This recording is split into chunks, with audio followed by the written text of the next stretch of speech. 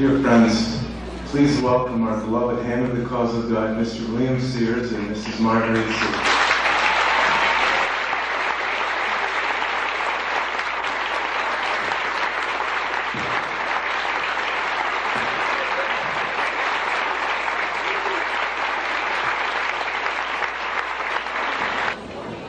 Friends, there are so many stories we're waiting to hear about. But I want to say a couple of things before we begin. One is that many of you know Mr. and Mrs. Sears and have seen them at conferences here in Wisconsin and other places around the United States. And since the Sears have traveled all over the world in hundreds and hundreds of places and met Baha'is, older believers and new believers and so on, all over the world. I've asked them. And all the children in the world today here have met and shook hands with me.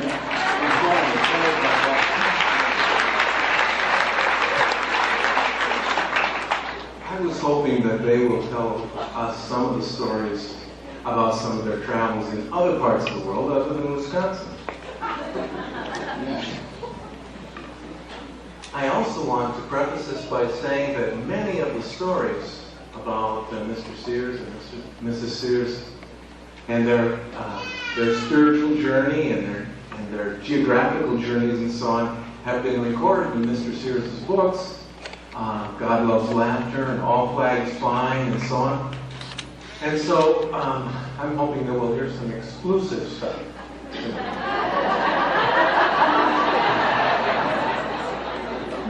Mr. Sears, so many of the wonderful things that I've heard you say at conferences and workshops have had to do with some of the early believers and servants of Baha'u'llah and Abdu'l-Baha that you've met in your journeys and so on. And once I know that you spent a long time in Haifa over the period of the time between the passing of the Guardian and the election of the Universal House of Justice and many other times.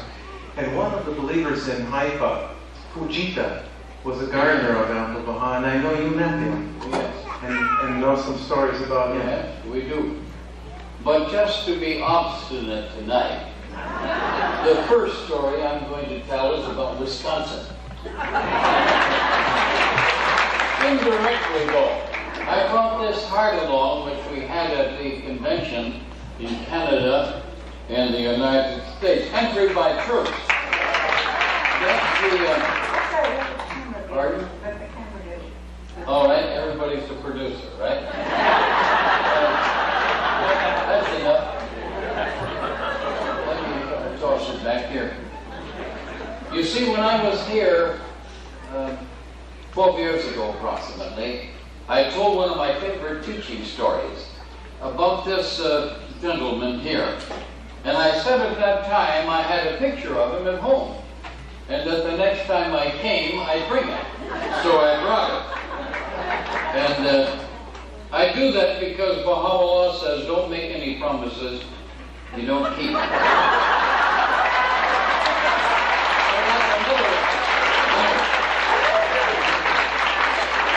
I'm going to tell this story first, so it is really about Wisconsin. It's about the whole world, but it's my favorite teaching story. You can look later.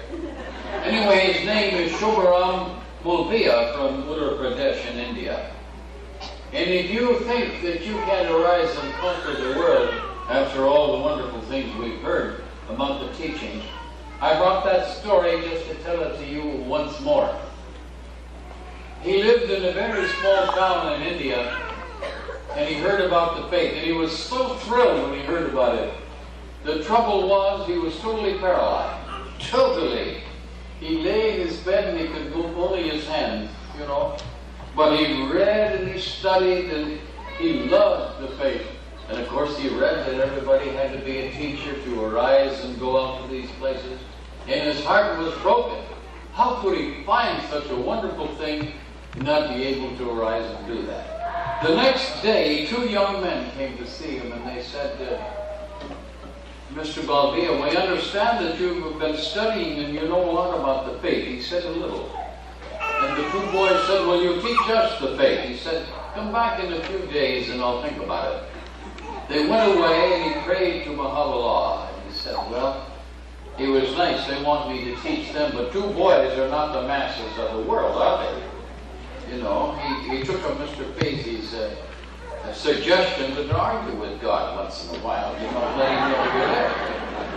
Anyway, they came back in 3 days and he prayed and had to wept tears about it. But when they came, he says, "All right, I will teach you about the faith.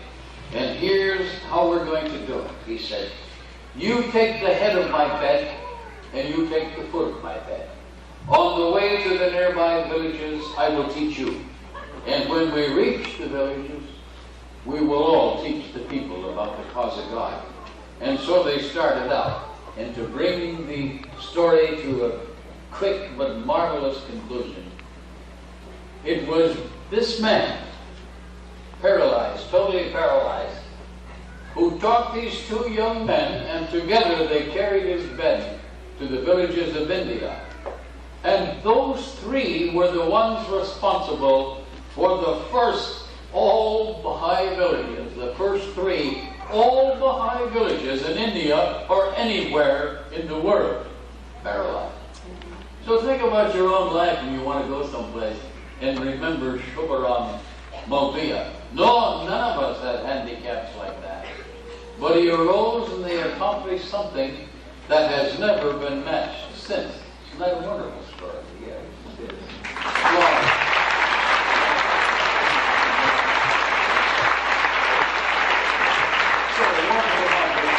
It's a beautiful teaching story. We'll never find one better, and that means everybody in this room can do even more than that. Yeah. You want to say something about teaching, or do you want to talk? You mentioned QG. I don't mind that interruption, by the way. Oh, good. That's nice. No, actually, I wanted to say that I've gotten used to that. Yeah. Because Not for me, you haven't. oh, wait till you hear this. Oh. That first night that we met Yeah.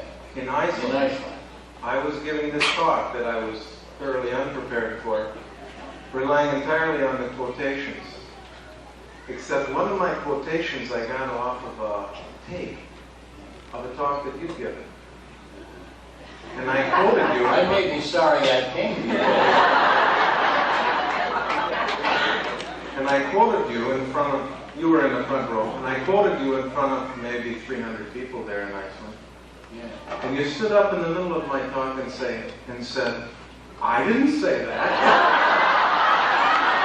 This was true.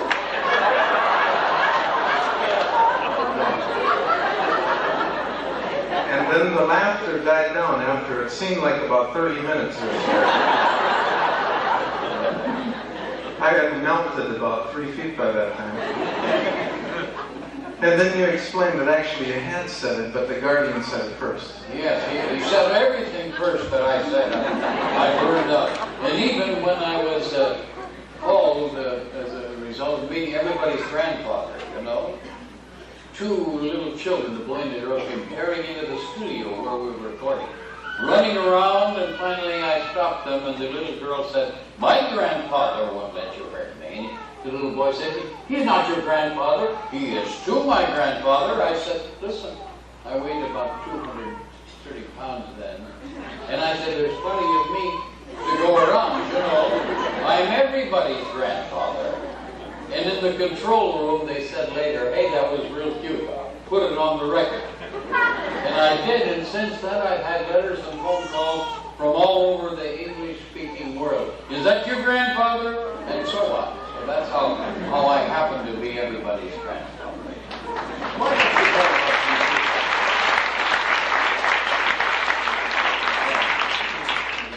You want me to tell about Kajika? Yes, you're doing very well.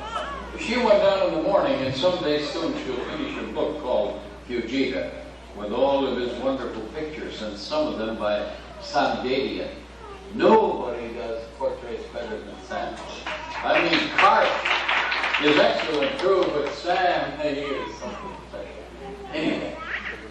I forgot to say, I used to come down and try to have breakfast with Marguerite and Fujita, and Fujita would tell me to get lost. He was having breakfast with her. We were the two earliest risers in the Holy Land at that particular time, and so he would tell me stories during breakfast, which made it a very charming time. And he told us about meeting Abdu'l-Baha. I believe it was in Cleveland. He heard about Abdu'l-Baha. He was here from Japan, and he was at the university, and he was also very tiny. I think he was something like 4'11", standing on tiptoe. And so he climbed a telephone pole, and he was standing way up there watching Abdu'l-Baha. And Abdu'l-Baha looked up at him and saw him and motioned to him to come down. And he had him come to him, and from that moment on, Fujita served Abdu'l-Baha for the rest of his life, and subsequently the beloved guardian. He was such a dear man, and he did such beautiful things in the gardens in the Holy Land. He was just wonderful. One of the things that he told was a very, very interesting story, a very dear story. He never married, and Abdu'l-Baha had told him that he would go to Malakut, and there he would meet his bride. And, Heaven. Pardon? Heaven. Yes, in the next world. And Fujita became very ill. I think he had a brain tumor. Anyway, Mr. Sears and Mr. Frazee took him to the hospital and then had to leave. And they came back, or at least he came back in about 6 months. And Fujita was working in the garden, although they had been told he couldn't possibly live 2 days at the very, very outside. And Fujita told him the story when he was in the garden. He said he was in the hospital and in practically a coma. And he saw this wonderful pathway that led to a great light by a doorway, and Abdu'l-Baha standing in the doorway. And he was so thrilled to see the master again. And so he ran as fast as he could down this pathway, and as he approached Abdu'l-Baha, he was sure that this bright light standing alongside of him was Baha'u'llah. But as he approached the doorway, Abdu'l-Baha turned to him and in a very fierce look said, "What are you doing here? It's too soon." And he woke up the next morning, his temperature was gone, he was well, and he was back in the gardens in just a couple of days. He turned around, he said, and ran as fast as his legs could carry him away from Abdu'l-Baha because he didn't want the master to scold him. My favorite story about Fujita took place in Salt Lake City, probably because that's where I became a Baha'i. But it showed the wisdom and delight and humor of the master. It was covered wagon days, and in Salt Lake City, that's a big celebration. Everybody dresses in Western garb, and they have horses and buggies. And State Street has water running down each curb from the streams in the mountains. All summer long, it does in Salt Lake City. And there were about 34 bands in the parade. And the master was way up on the top of State Street. And he had a very important meeting at a hotel down State Street about 9 o'clock. And it was so late, some of the Baha'is, you know, as they do, they were looking at the watch and they could see there was no way for the master to go get to that meeting. And it was with several important people in the city. And so they were trying to think of something to do, not Abdu'l-Baha. He wasn't even paying any attention to the time. And the bands were going down, you know, da-da-da-da-da-da-da-da. He looked at it, and finally he turned to his retinue of Persians and Fujita, the smallest at the end. And like when he was up by the lamppost, Abdu'l-Baha beckoned to all of them and said, "Follow me." He turned around, he walked out into the middle of State Street between two of the bands, turned to the right, And here was this long line, the beloved master looking so distinguished, and all of them coming down to Fujita at the end. And as the bands played, the master became part of the parade. And he marched all the way down State Street till he came to the other hotel, and he said to them to follow him. He marched out of State Street and in just in time for his very famous meeting at the other hotel.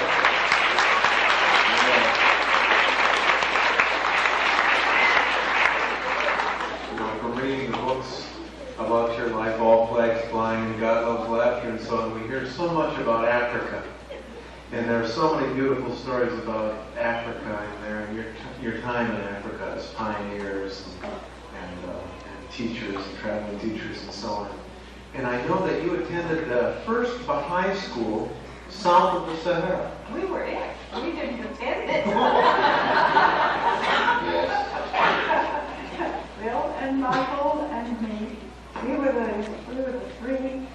The Uganda Teaching Committee had set up the program, and we lived for 3 weeks. This was our first introduction to Africa, practically. And we were living in a mud hut with a beautiful thatched roof. And we had classes every day from 8 o'clock in the morning until mid-afternoon, and then there was a break, and then they started again early evening. And those people that came in the evening, there were 9 special people. They were pioneers, going to be pioneers. And so we had special classes for them. And the rest of the people could come, but they couldn't talk at that time. It was just for those 9. But one of the translators was a very wonderful man. His name was Oule. And Oule used to disappear every afternoon. And we didn't know what happened to him. Not that it made any difference, because we had several translators and we didn't especially need him. But we wondered where he would go. And we learned that his wife was ill and that he would go off to see her and visit her in the afternoon. But they said he has had nothing but trouble since he has been a Baha'i. One time he and his wife and family went on a teaching trip, and all of the clothes in their house were covered with acid by their neighbors because they were persecuting them, because they had become Baha'is. And then another time they went on a teaching trip, and they have granaries made of kind of barrel-shaped things with a little thatched roof on, where they keep their winter grain. And when they came back from this teaching trip, all their winter grain had been put on the ground and ruined, so that substantially their winter food was ruined. They didn't have any for supplies. And so this, after we had found this out, we spoke to Ole, because we were concerned. He hadn't been a Baha'i very long. And we said, his faith could be shaken quite easily with so many difficult things happening to him. And we said something to him about, we hear a lot of unhappiness and unpleasant things have been happening to you since you have been a Baha'i. And he said, well, it hasn't really been that bad. But he said the important thing, it was God polishing me inside. Yeah. One of the things about Africa, which the beloved guardian admired, and which we ourselves were always very, very pleased about Africa.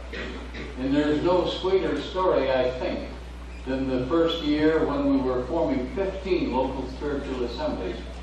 We heard from the beloved guardian that we were going to have a national spiritual assembly. And it was just a little over a year away, and this year we had to form 15 local spiritual assemblies. Marguerite was off in Basutoland, and they were caught by a flash flood and had to wait several days. And Dwight Allen, who some of you will remember, and his brother, what's the middle brother's name? No matter. He got up to get there. We wanted to see if there was an assembly in this place way up in the Maluki Mountains. And he swam across a stream, took his clothes off and held the declaration card. They had 8 members and he wanted to get the 9th. And he swam over, he got it, and he swam back. And we got that assembly. But he afforded myself remain in Johannesburg. And we went, it took us all day long to go out and collect all of the African believers. And finally, we brought them back to where we lived in the farm and where we had many meetings. And one of them, the first believer, was named Andres Karumbe. Such a sweet soul. And this tells you what they're like, really. And that was their first election. And I was standing behind Andres watching him, and I noticed he'd written down. There were 9 names, right? First name was Andres Karumbe. Oh, that's right, you can vote for yourself. The second name was Andres Karumbe. The third, and the fourth, and the fifth, all Andres Karumbe. I went to Bahia and I said, we may have a problem here. And I told her what it was. Well, she said, go in and keep your eye on it. And I stood behind there until he got down to the 9th one, Andres Karumbe. 9 of them on there. So I asked him to step out on the porch for a moment. And I said, Andres, you know about the voting for the local assembly. Oh, yes. He said, I studied it. Had it all read to me. And I said, but you have 9 Andres Karumbes on there. Well, he said, you have to have 9 names, no more, no less. Yes, I said, but all Andres Karumbes.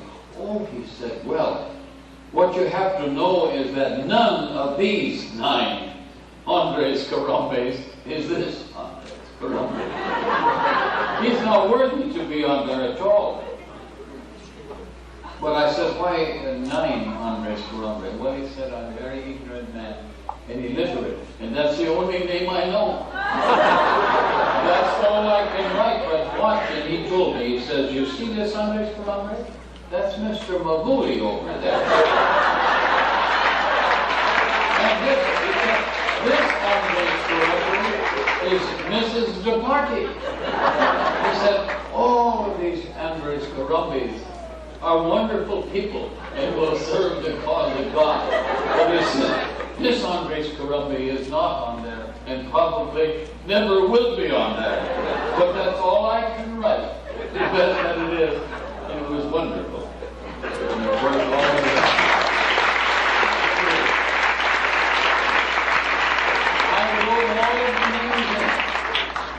And they all served, and they all were wonderful people.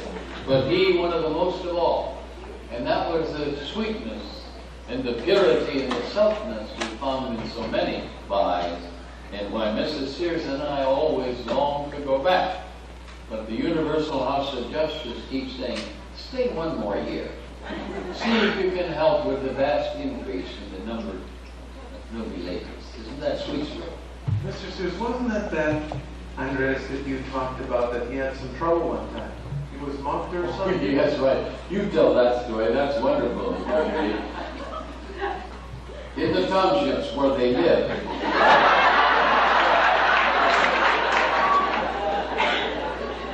Every Friday night, usually the people are paid once a week on Friday, and when they come back to their townships, the Tootsies, which are the crooks, come after them and beat them up, take their money away from them, and frequently kill them.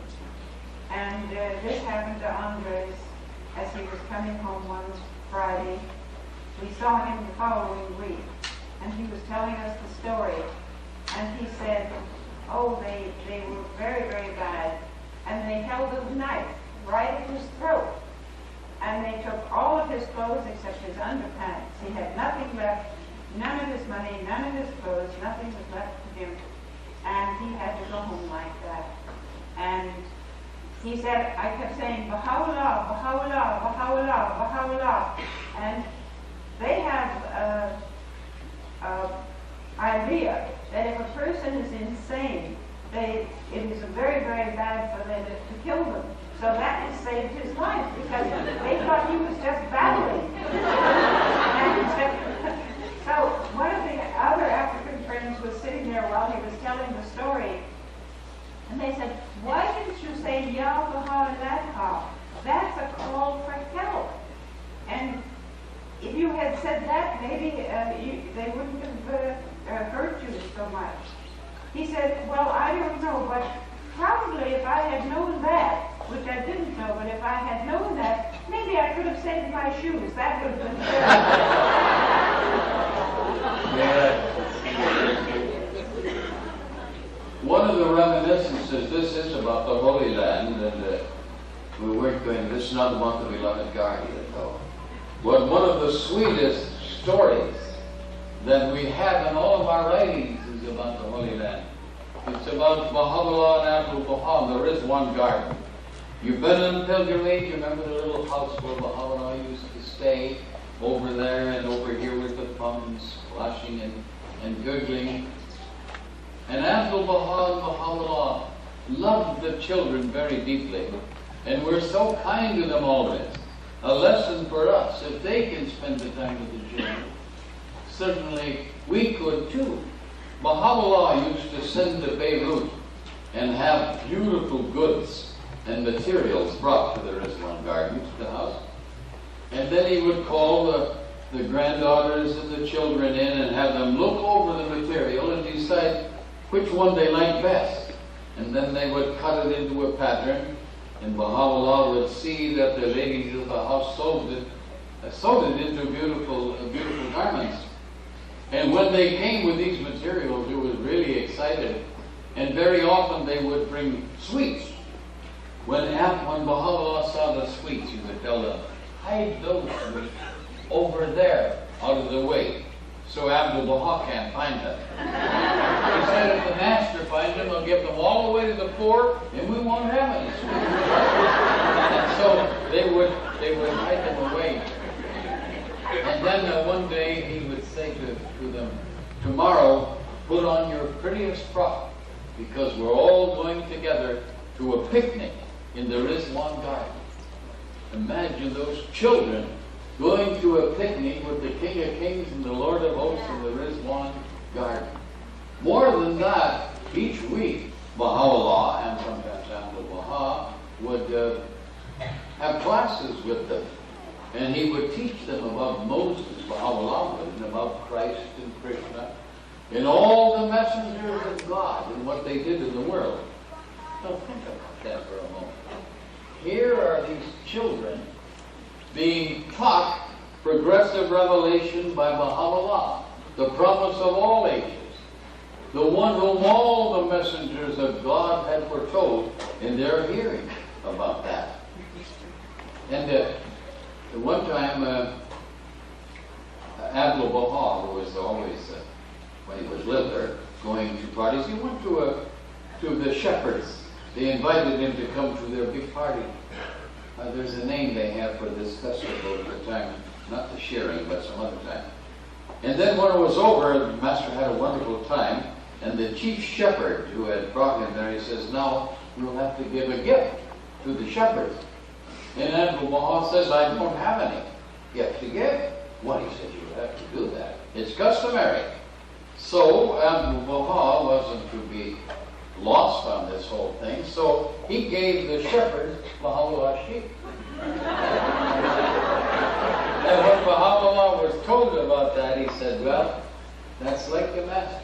And if we're not careful, someday he will give himself away. And of course, that's what he did, didn't he? All the days of his life. But think of that. Picnic in the gardens, progressive revelation with the master and with Baha'u'llah, King of Kings and the Lord of Hosts, and the oneness of all the prophets of God. And if they remembered the children in that way, certainly that's something we should do. And Abdul-Baha writes in selections from the writings of Abdul-Baha and says, the greatest gift that any human being can give to God, the greatest service he can render to Almighty God, is to educate the children. And I think that's where we should really, that's what we should study and remember. Before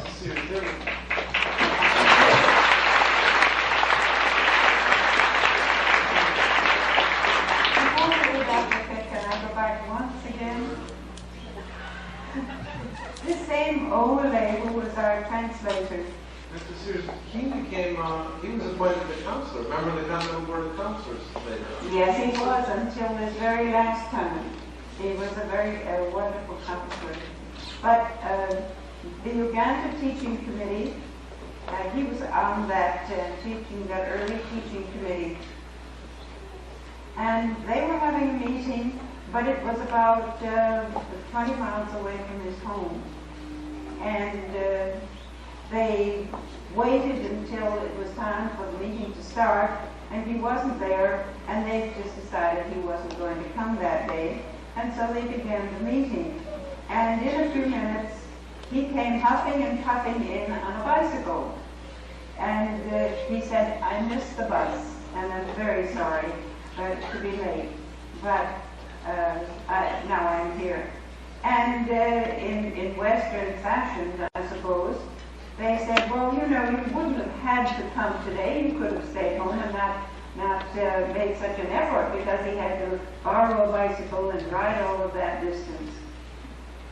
And you know, he said, "No, because you will be discussing my area, and you don't know it that well, and I'm sure that I would be able to make suggestions that would be of help to you in your consultation about the people who are in my neighborhood.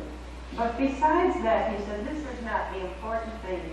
The important thing is that I could stay home and love Baha'u'llah, but I could not stay home and serve Baha'u'llah."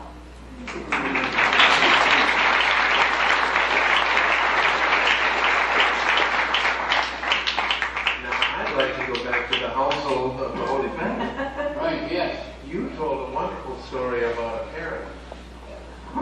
Yes. As a matter of fact, Marguerite's got a picture of Abdu'l-Baha's parrot. Just a feather. Well, that's a feather, yes. You have to imagine That's a the real parrot. feather. That feather belonged to the parrot that belonged to Abdu'l-Baha. You tell the story, Right. because you know the story better. Well, I was at the school at Kings Mountain on the border of North and South Carolina a number of years ago. And this lady who served in the Holy Land, whose name at the moment I can't remember, I should, but I don't. But she told a story about this parrot there.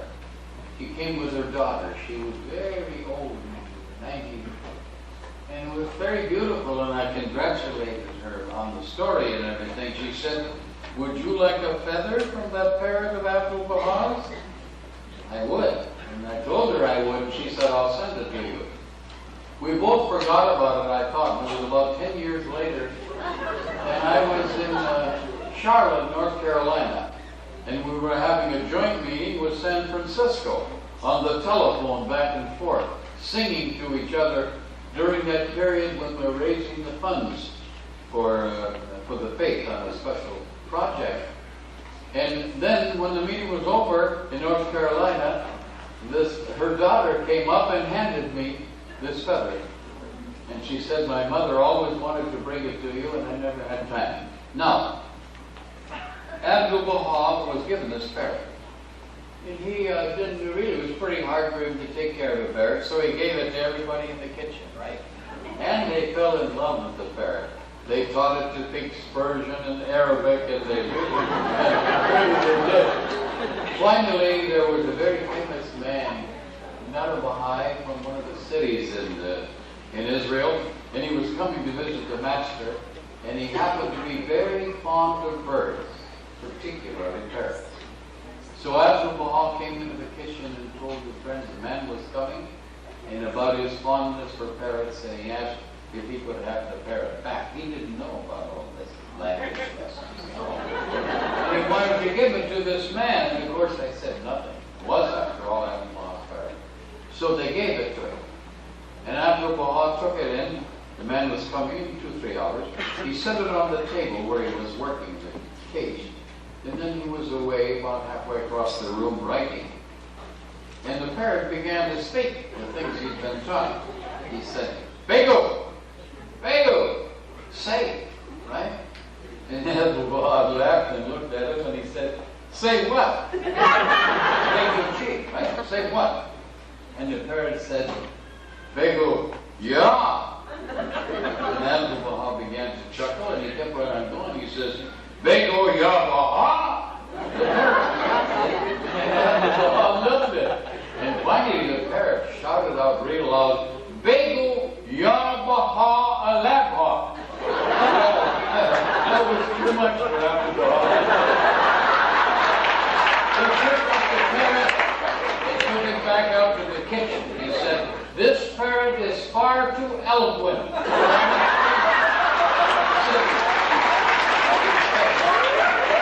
You keep it here and love it and teach it more. And of course, the tears were coming down their cheeks. They were so thrilled to get the parrot back. And then Abdu'l-Baha said that the parrot saved its life with its own tongue.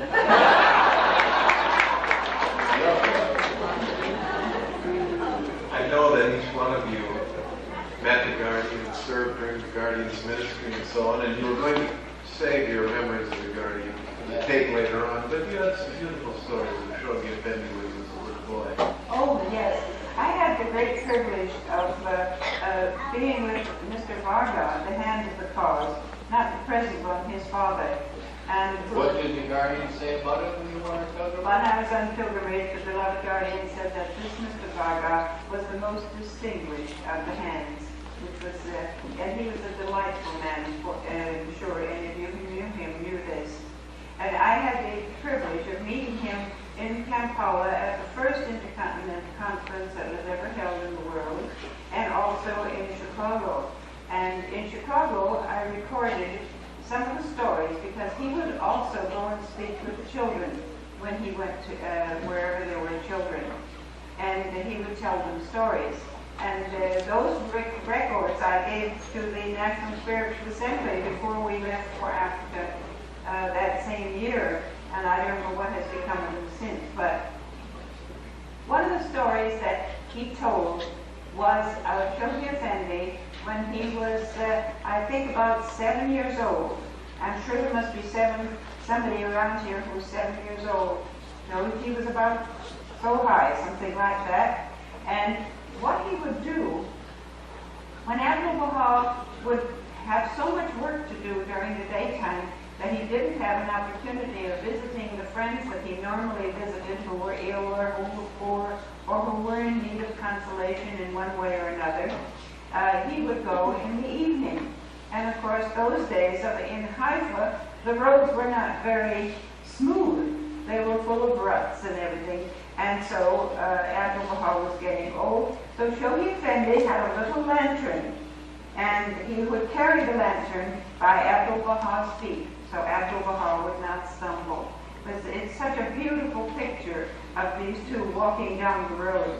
And then as they would come to a house where Abdu'l-Baha was going to visit people, he would sit on the porch outside, and he would put his feet up and turn the lantern down, because even those days he was very economical, and he would go to sleep until Abdu'l-Baha came out from the house and went on to the next place where he would do the same thing again.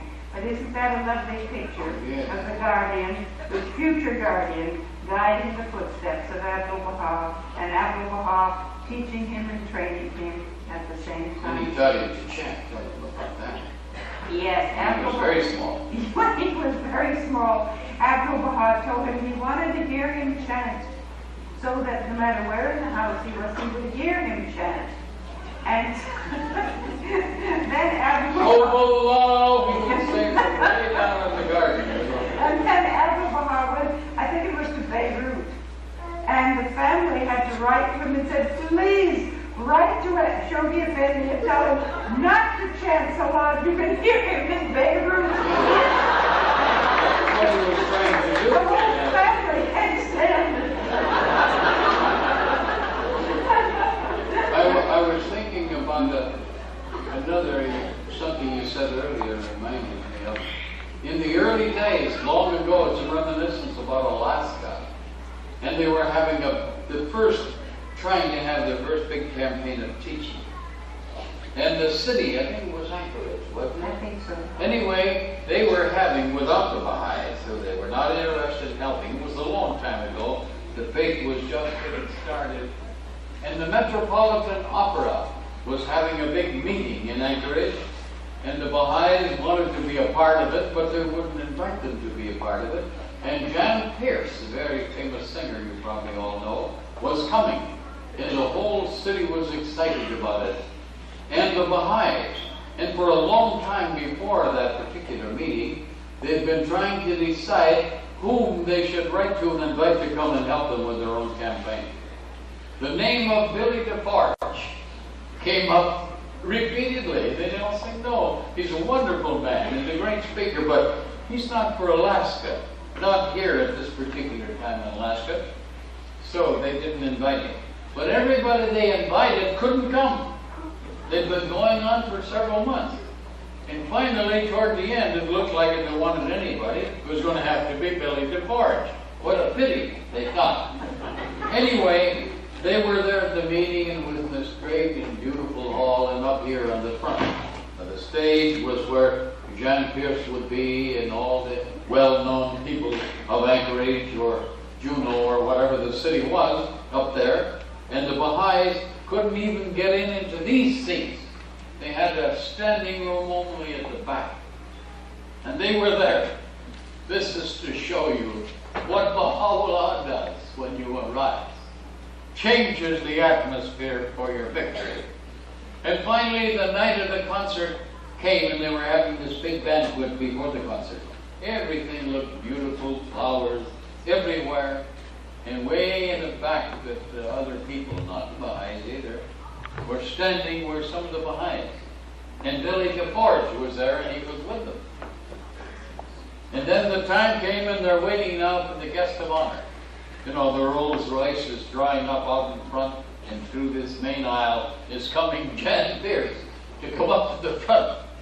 And when he came through the door in the back, he looked around, and he looked over there, and he saw Billy DeForge, whom he knew personally and loved, and he said, Billy DeForge, what are you doing here in Anchorage? He said, are there Baha'is in Anchorage? And Billy said, there are Baha'is everywhere, Jan. And he gave him a great big hug, and Billy DeForge said, please give my love to your mother. Where is she now? She's in Peru, Jan Pierce said. And Billy said, Peru? Why, we have a National Spiritual Assembly in Peru. You mean there's Baha'is in Peru? They're everywhere, man. I'll give you the address so your mother can invite them. Please do. She'd love to have them. And he called up to the front. He said, please, fix a place beside my chair for my friend Billy DeForge. I want him on the front platform and with me. He's a great and well-known Baha'i all over the world. And while they were fixing the place, he turned around, hugged Billy again, and he said, tell the Baha'is everywhere to spread the word, spread the word, spread the word. He said, I can see they're doing that. That's the word, Baha'u'llah.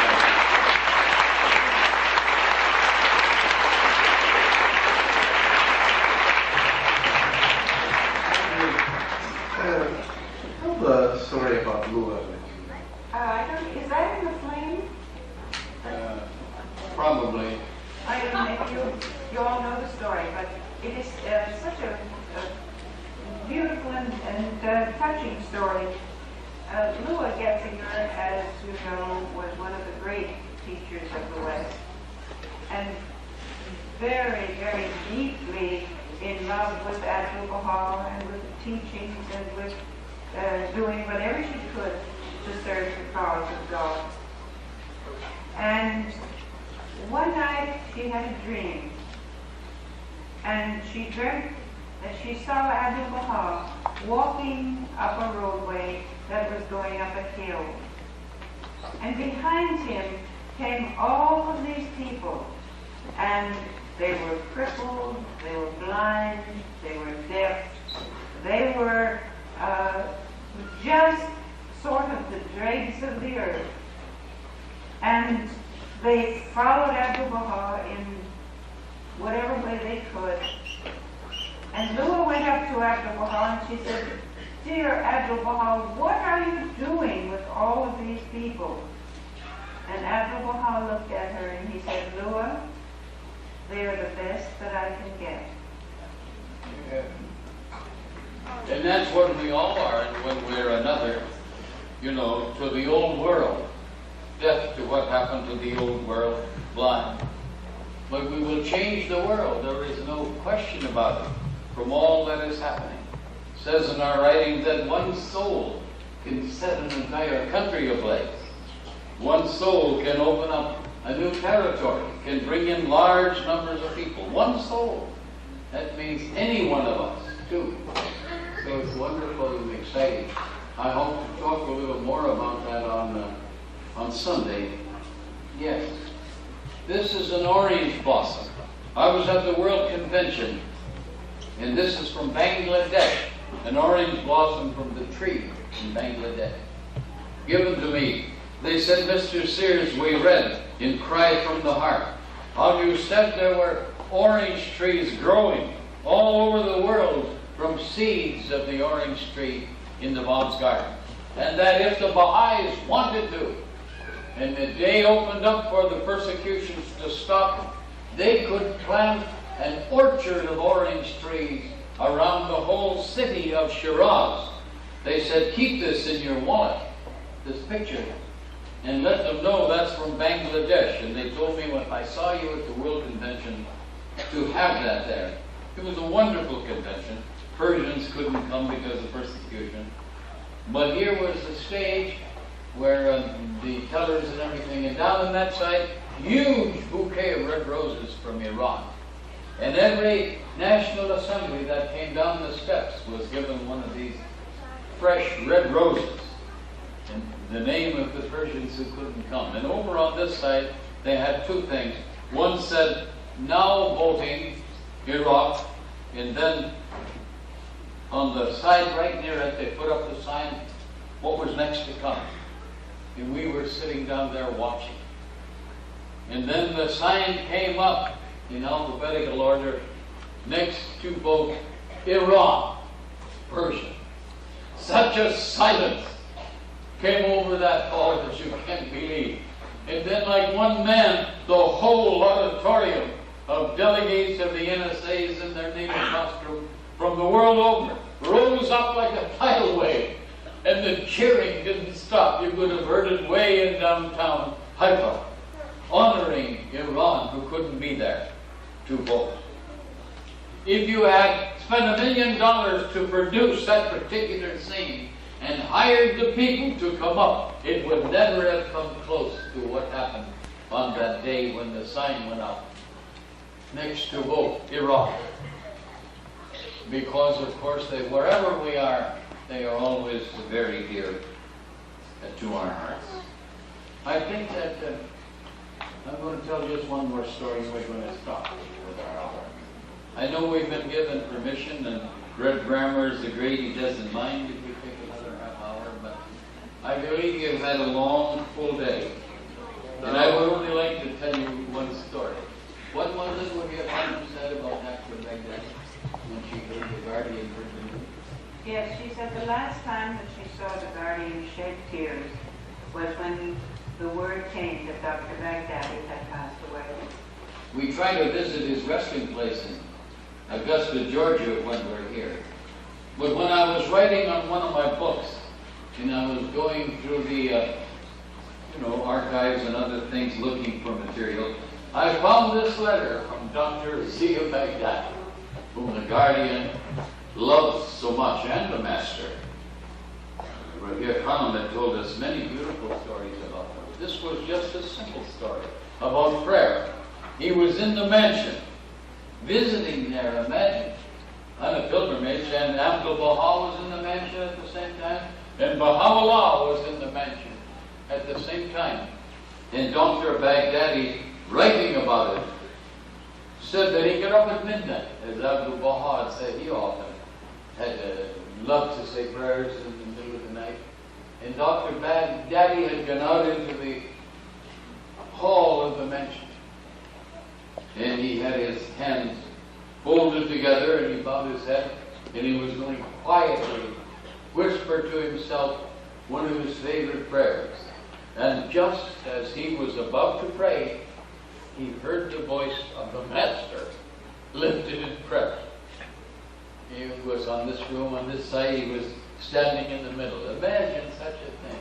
His heart was so touched, he said, that he could do nothing but stand there and watch the tears come down his cheeks. Because the Master had told him just a short time before that if it weren't for the prayers, his heart and soul would have melted because of all the suffering and troubles that were coming from all parts of the world. But that the prayers were his source of life and sustenance. So he listened until the end and stood there silent for quite a long period of time. He was about to raise his voice in prayer again when he heard the voice of Baha'u'llah, the Blessed Beauty, raised in prayer. Imagine standing there between the rooms of Abdul-Baha and Baha'u'llah, King of Kings, Lord of Hosts, glory of God. And he listened again through and thought, what a blessing it was for him to be there. Quietly to himself, when Baha'u'llah finished, Dr. Baghdadi finished his own prayer silently to himself and went back to his room and said in the lower part of his letter, I can't remember it now, that all the days of his life he would never forget the moment when he was blessed to hear the Blessed Master chant his prayers and the Blessed Beauty, Baha'u'llah. What a wonderful thing. How all of us would be envious to have that happen. Beloved friends, that's the craziest looking dog in my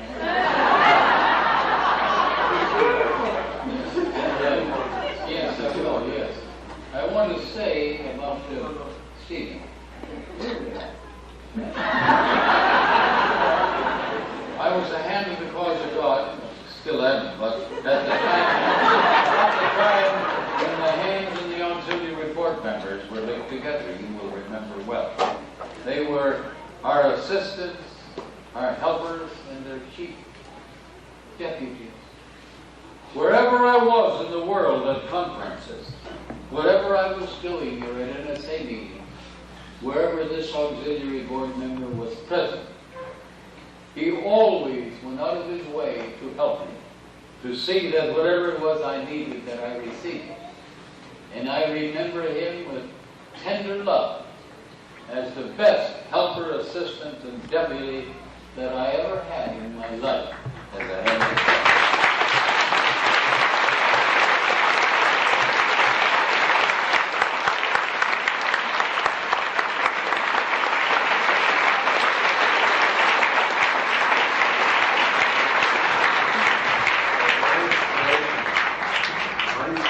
Has always been Mrs. Sears.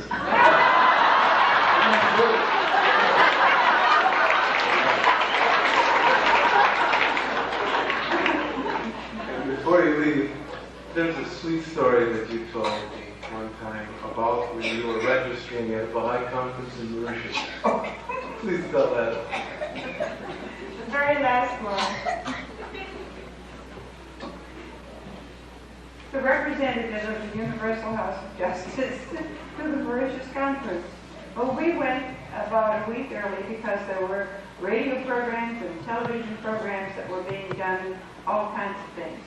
And Mr. Quigley was with us when we were there. As a matter of fact, we went directly from Persia to South Africa to Mauritius. And we were traveling tourist class, and Mr. Quigley was traveling first class. In fact, the only person in first class. So we were sitting in the seats just at the end so we could talk between first class and tourist class. And we had clothing for three seasons with us because we had been traveling for months and months and months. Cold weather, warm weather, etc. And I had done a few things in Persia, including baskets and a few other things. She would bargain with the man at the counter, the Persian one, and I'd say, that's all right, the price is right, pay it. See, you keep out of this. She had a first spirit.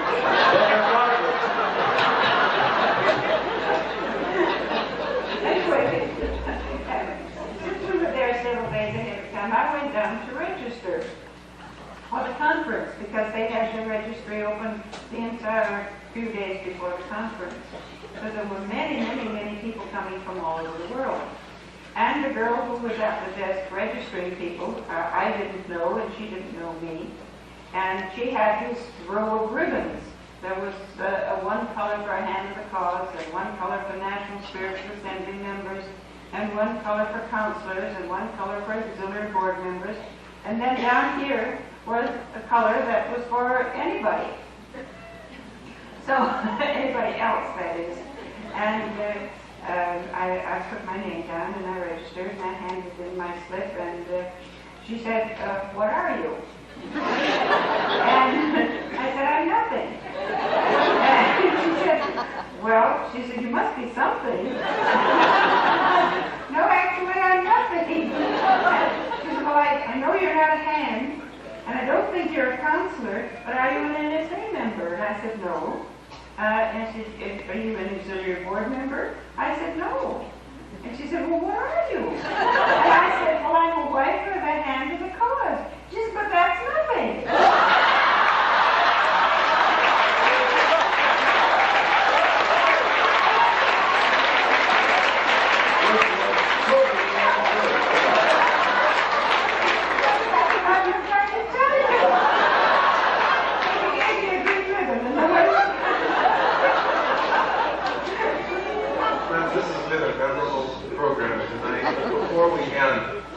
I want to ask Mr. Sears if he'll tell just one more story. I heard you tell this about business. Well, you gotta hear what it is. I think the answer is no. Well, this role of interviewer is what prompted my mind about this, because there was a time, I think, that you told about interviewing hand in the cause of God. Is this story true? Yes, that's true. I did, and that's what. Will this be the last one if I do that? I promise. I told it recently when I was doing the memorial to her daughter, Edna True, wonderful and great servant of the cause of God. Mrs. True was a wonderful lady, a hand of the cause of God. Her fingers were all swollen from writing receipts from contributions to the temple that came in from all over the world. And Edna said to me one day, she said to Bill, I want to get a recollection of my mother's visit to the Holy Land on pilgrimage to meet the Master. And I want to put it on tape, but she's deathly afraid of microphones. Would you mind doing that program and working it out? I said I'd be most happy to do that. So we got the microphone all set, and we got the biggest bouquet of flowers you ever saw in your whole life. Really. Nowadays, none of us could afford it, but in those days it wasn't so bad, but it was beautiful. And very skillfully, we hid the microphone in the bouquet of flowers. And we thought that her mother would pay no attention to it. So we started the interview. It was going along very well. It was in two parts. We broke for lunch. We did the second half in the afternoon. And when I came back in the afternoon, Mrs. True was sitting here, Edna was sitting there, and Mrs. True looked at me, Corinne True, and she said, Bill, I said, yes. She says, you know, you don't have to hide that microphone from me. She said, it doesn't make me nervous unless it makes you nervous. And so we took it up, and we did the interview with her, and it was very beautiful. As she told the story about going on pilgrimage, all of the friends had presents to take with her. Take to the Master, names for the children, just endless suitcases and things. But one thing that they wanted her to take along, and she didn't want to take, was a list of names, a scroll, of the people in Wilmette and Chicago who wanted to build a temple on that spot there in Wilmette. And she said, I can't do that. She said, I can't possibly take a thing like that and give it to Abdu'l-Baha. She says, who am I to do that? She refused. Well, her own assembly outvoted her. And everybody else at the meeting where they were doing this outvoted her. She was the only one against it. And so finally she succumbed to the pressure and said, I'm only doing it for love. I don't know how I'll do it. I'll try to find a way, but I'm sure it's a wrong thing and the master won't be interested in that, especially for me. She took it along with everything else. And the first night when after dinner she was going to meet the master, in the room she had all of these things out there, all of the gifts from all of the people, you know, really all over the place, and she was holding in her hand that blasted scroll. She didn't know what to do with it, and then she heard the sound of footsteps. And she knew that was the master coming. And she was becoming terrified. And just as the door was opening, she hid it behind her back, where maybe he wouldn't find it and she'd think of something to do with it later. The master came in and greeted her and kept moving forward, never stopped. Went up to her, reached behind her back, took the scroll, held it aloft, and said, Mashra Kar. That is the important thing. And then he went on during her stay there to talk about the house of worship and what it meant. And of course, as we know, it became the mother temple. I have stood under the dome and told that story, thinking of all the people I could see. And it has given birth to other Mashra Kar all over the world. But the master knew, and she was the instrument of winning those victories in so many places.